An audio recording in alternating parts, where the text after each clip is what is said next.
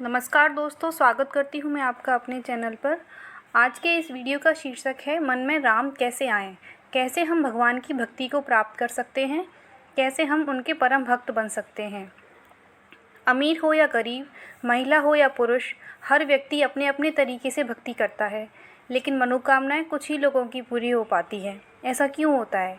और हम ये सोचते हैं कि भगवान पता नहीं हमारी इच्छा पूरी क्यों नहीं कर रहे हैं, इतना समय क्यों लग रहा है, और धीरे धीरे भगवान पर से विश्वास कम होने लगता है।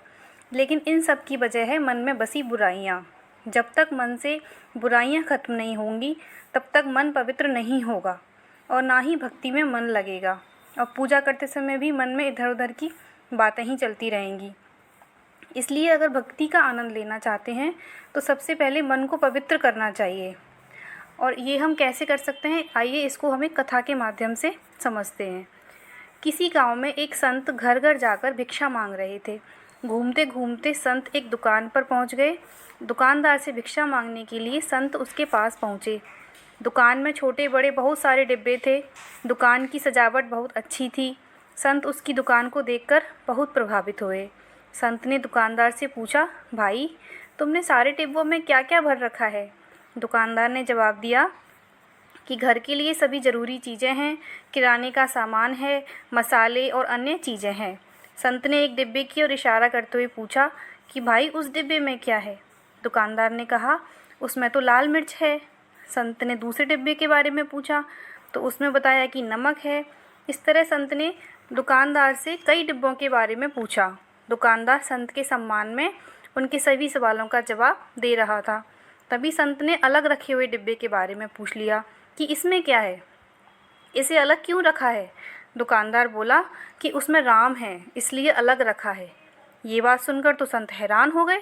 उन्होंने सोचा कि डिब्बे में राम कैसे हो सकते हैं। संत ने ये बात दुकानदार से पूछी।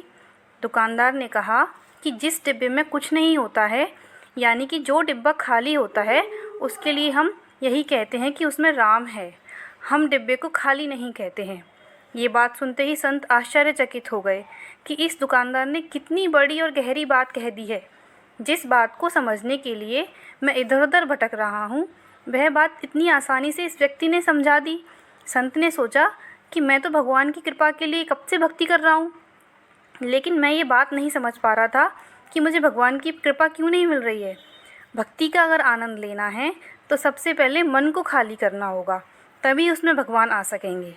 तो इस कथा का संदेश यह है दोस्तों कि आजकल अधिकतर लोगों के मन में गुस्सा, लालच, मोह, घमंड, दूसरों के लिए जलन और गलत विचार जैसी बुराइयां हैं। अगर भक्ति में मन लगाना है, भगवान की कृपा पानी है, तो अपने मन को खाली करना होगा, तभी तो उसमें भगवान आएंगे।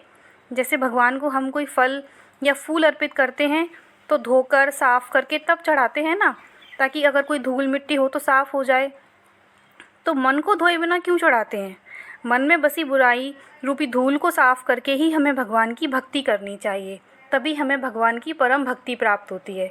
आशा करती हूँ ये कहानी आपको अच्छी लगी होगी और आप इस कहानी को अपने बच्चों को ज़रूर सुनाएं। धन्यवाद। नई कहानी के साथ अगले वीडियो में फिर हाजिर होती हूँ।